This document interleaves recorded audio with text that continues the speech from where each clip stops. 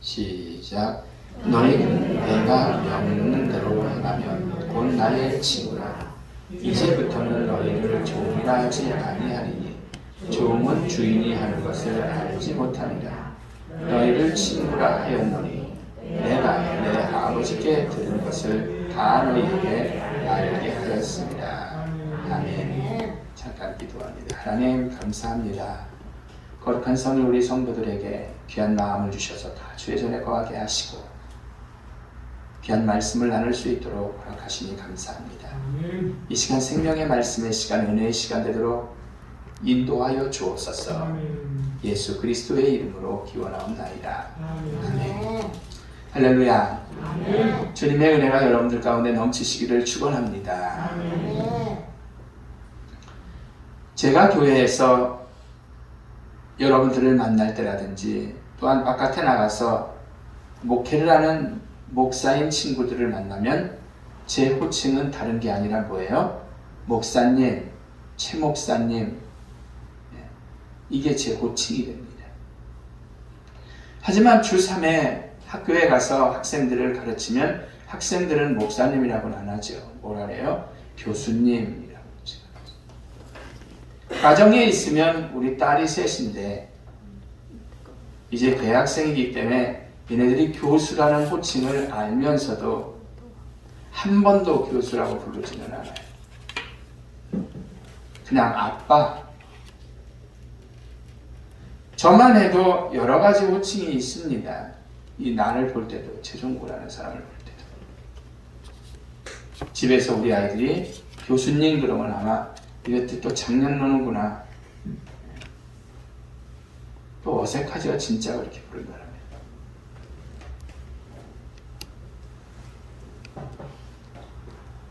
제 호칭도 이런데 예수님에 대한 호칭도 단순히 예수님, 주님만이 아니라는 거죠. 여러 가지가 있지만 예수님도 기독교가 국교가 되면서 예수를 황제처럼 취급하는 그런 권위적인 게 생겼던 거예요.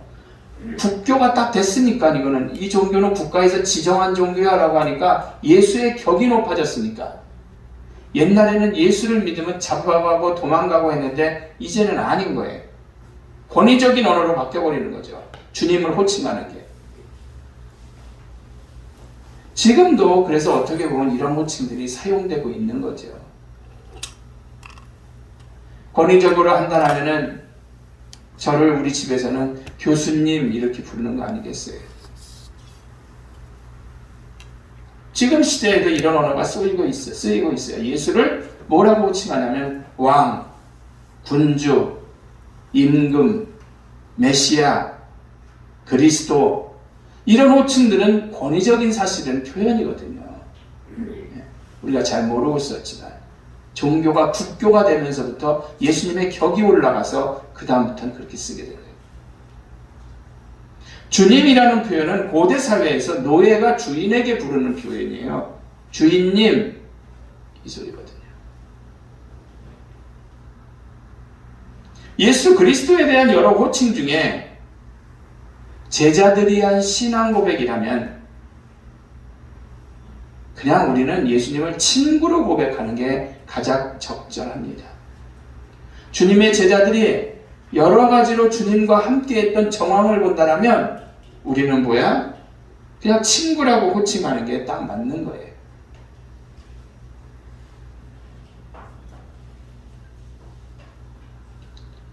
요한복음에서 예수는 내가 너희에게 명령하는 것을 실천하면 너희는 나의 친구가 된다 라고 말씀을 했잖아요.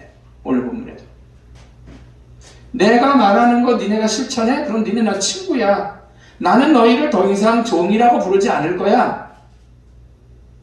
종은 주인이 하는 일을 모르기 때문입니다. 누가 주인이 종하고 상의를 해요? 나는 너희를 친구라 불렀다. 내가 내 아버지에게서 들은 것을 너희에게 모두 알려줬으니까. 공유하니까 우리는 뭐야? 너는 머슴이고 나는 주인이야 아니라 우리 친구야 라는 거죠. 그래서 제목이 나의 친구 예수님이에요. 신바람 나지 않아요? 그분이 내가 친구라고 하는데. 예수는 섬김을 받으러 오지 않고 섬기러 왔다라고 했습니다. 할렐루야. 주님은 그렇게 오신 거예요. 더 이상 그분을 주인 대접해 드릴 수가 우리 필요가 없는 거예요. 귀하게 존귀하게 여기는 건 좋지만 그것보다는 그분과 우정을 나누는 것이 더 복음의 정서에 맞다라는 거죠. 우리 그 전에 그런 복음성가도 있었어요. 예수 나의 친구 아멘 할렐루야 하는 그런, 그분께서 한사코 우리에게 친구가 되자라고 얘기를 하시는데 우리는 아닙니다. 주님이라고 거부하고 있는 거죠. 어떻게 보면 나는 너랑 친구야, 우리 편하게 지내라는데 아유 아닙니다 주인님, 아닙니다 주인님. 예수를 친구라고 부르면 예수와 더 가까워지고 친구가 되는 거예요. 친구보다 편한 게 어디 있습니까 솔직히. 요한복음 15장 13절에 사람이 친구를 위하여 자기 목숨을 버리면 이보다 더 큰 사랑이 없나니 라고 말씀하고 있어요. 다시 들어보세요. 사람이 친구를 위하여 자기 목숨을 버리면 이보다 더 큰 사랑이 없다라는 거죠. 주님은 처음부터 친구인 우리를 위해서 대신 죽으러 이 땅에 오신 거예요. 그리고 대신 죽으셨어요. 그러니까 이 말씀에 가장 적합하죠. 우리를 위해서 대신 죽으신 주님, 최고의 사랑이죠. 가장 큰 사랑의 실천자. 우리 찬송이 있죠. 죄짐 맡은 우리 구주 어찌 좋은 친구인지. 여러분 생각해 보세요. 죄의 짐을 맡았어요. 내 죄의 짐을 맡았어요. 얼마나 좋은 친구입니까?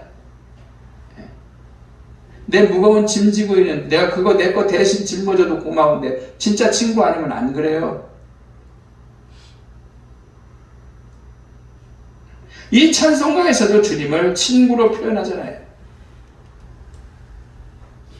먹을 것 돈이나 있을 때 달려드는 그런 친구가 아니라 가장 어려울 때도 함께하고 슬플 때도 함께 나누는 그러한 진정한 친구가 우리 주님이라시라는 거죠.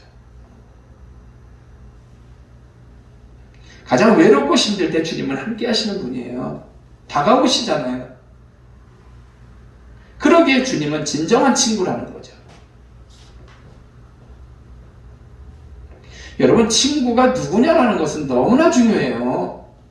네?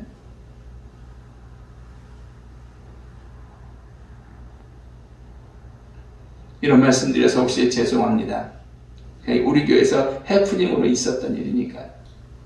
오명숙 권사님이 우리 교회 출석하고 계실 때 처음에 이쪽 이사 오셔가지고 둘째 딸 친구들이 7단지 산다 그러면은 진짜 거기는 애들 막 그냥 잡혀가고 맨날 술 먹고 담배 피우고 조그만 애들이 그러니까 너 거기 아이들하고는 돌지 마. 친구가 중요하니까. 맹모삼천지교도 오세요. 하는 일이 거기서 친구는 아니지만 그러다 보면 친구 안 만나겠어요?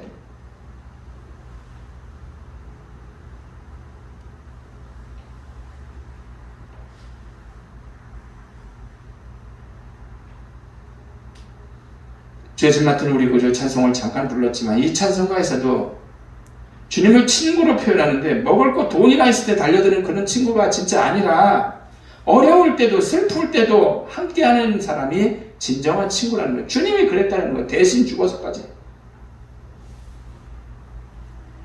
가장 외롭고 힘들 때 주님이 함께하시고, 그래서 예수님은 진정한 친구라는 거죠. 여러분, 친구가 누구냐가 중요하죠. 진짜 말씀드렸지만 1946년 굉장히 오래됐죠. 1950년이 우리가 6.25 때니까 그 정도 생각을 이렇게 하세요. 미국의 주 하원에 당선된 이래 14차례 선거를 치르면서 전승을 기록한 로버트 버드라는 미국 상원 최고령 의원이 있습니다. 국회의원이 연줄로 해서 됐다라고 생각하시면 돼요. 오랫동안 정치를 최고로 오랫동안 정치를 한 그런 분인데 드와이트 아이젠하워 대통령 시절 연방 상원의원에 진출한 이래 64년간 의원직을 계속했대요. 무슨 말인지 모르는데 미국에서 어떤 사람이 64년간 국회의원 해먹었다라고 생각하시면 돼요. 조금 다르긴 합니다. 우리하고 하원 상원이. 그래도 정치가니까. 하루는 어린 아들의 친구들이 자기 집에 놀러와서 서로들 자기 아버지가 제일이라고 자랑하는 말을 들었대요. 이렇게 아들 친구들이 와서 노는데 그 의원님이 이렇게 들은 거죠. 자기 아버지가 제일이라고 애들이 자랑을 하는 거예요. 하나이가 우리 아버지는 주지사와 제일 친한 친구래. 굉장한 거죠. 시장이니까. 또 하나이가 우리 아버지는 연방정부 대법원장과 친하대. 엄청난 직책이거든요. 또 다른 아이는 우리 아버지는 아이젠하워 대통령과 친한데 오늘 아침에도 대통령과 통화하는 것을 내가 들었어. 진짜 다 빵빵하지. 친구들의 말을 다 듣고 있던 로버트 버드 의원의 어린 아들이 조용히 얘기를 하더랍니다. 그 64년 정치한 분의 아들이 우리 아버지는 하나님과 제일 친해. 오늘 아침에도 우리 아버지가 하나님과 이야기하는 것을 나는 들었어. 기도한 거죠. 기도. 로버트 버드 의원은 아들이 하는 말에 깜짝 놀라며 더욱 열심히 기도하겠다라고 다짐을 하고 그런 생활을 했대요. 그러니까 하나님이 그렇게 축복하시죠. 사람보다 하나님과 가장 친한 사이가 되시기를 주의 이름으로 축원합니다. 진짜 친구는 주님이에요. 세상 사람은 다 변해요. 스마트폰을 가지고 SNS를 하지만 의원이었다 떨어지면 여러분 댓글 하나 달으면은 포스팅 하나 하면은 50개 100개가 달리는데 의원 딱 떨어지면 그 다음부터는 1년 2년 차 지나가면은요 10개도 안 달려요. 그게 세상이에요. 그게 세상. 여러분 다윗과 요나단을 보셔도 친구라는 존재가 얼마나 아름다운지 아실 거예요. 요나단은 지혜비를 배신하면서도 친구를 위하잖아요. 다윗. 예수님 역시 인간이 필수로 가지고 있는 사망권세 세력으로부터 당신이 주인이 아니라 친구로서 우리를 지켜주시고 천국으로 인도했잖아요. 그죠? 주인이면 뭐하러 합니까? 종은 개돼지랑 똑같은 거예요. 팔고 사는 거예요.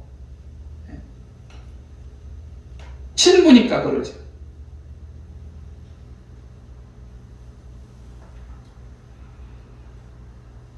당신 스스로가 그 험한 일을 친구인 나를 위해서 십자가에 달려 모든 고난을 받으셨잖아요. 기독교 초창기 때에도 우리가 예수님은 주님이라고 부른 이유는 당시 노예제도가 있었거든요. 그 제도 사회적인 통습 때문에 주님을 주님이라고 부르셨던 거예요. 불렀던 풍습이 생긴 거예요. 예수님을. 하지만 이제는 가장 걸맞는 표현은 친구예요. 예수님은 나의 친구. 그분이 나를 위해 좋은 친구의 명분을 다 가지셨잖아요. 요한복음 15장 13절부터 16절이지만 사람이 친구를 위하여 자기 목숨을 버리면 이보다 더 큰 사랑이 없나니 14절 보면 너희는 내가 명령한 대로 행하면 곧 나의 친구라. 15절은 이제부터는 너희를 종이라 하지 아니하고 종은 주인이 하는 것을 알지 못함이라. 너희를 친구라 하였노니 내가 내 아버지께 들은 것을 다 너희에게 알게 하였습니다. 할렐루야. 얼마나 좋아요. 친구인데.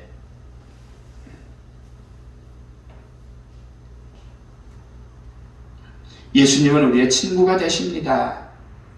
세상은 친구하면 영화 같은 의리 있는 그런 친구, 함께 있을 때 아무것도 두려워하지 않고 슬픔과 기쁨도 함께하며 심지어는 불의도 함께하는 친구를 말합니다. 세상에 무엇이든지 눈 감아줄 수 있는 친구. 결론적으로 말씀을 드리고 마쳐요. 친구를 위하여 목숨을 버리면 이보다 더 큰 사랑이 없다라는 성경의 말씀이 있습니다. 15장 13절이죠. 우리 위에 대신 죽으신 분이 바로 주님이세요. 우리와 친구가 된 이상 바른 길로 인도하고 모든 문제를 책임져 주시는 분입니다. 친구 아니면 절대로 할 수 없는 일들을 우리에게 베풀어 주시고 우리를 인도하시는 분. 아플 때, 힘들 때, 짐이 무거울 때, 망했을 때, 내가 필요할 때 달려와 줄 수 있는 친구. 주님은 그런 분이세요. 내가 즉사게 힘들어도 아무것도 없어도 만신창이가 돼도 그때 다가와 줄 수 있는 친구가 주님. 세상 사람들은 다 떠나도 내가 힘들 때에도 함께 하시는, 더 가까이 다가오시는 친구. 그래서 어려운 일이 있을 때 우리 기도하고 승리하잖아요. 바라기는 주님만이 진정한 친구임을 기억하시기를 축원합니다. 기도합니다. 하나님 감사합니다.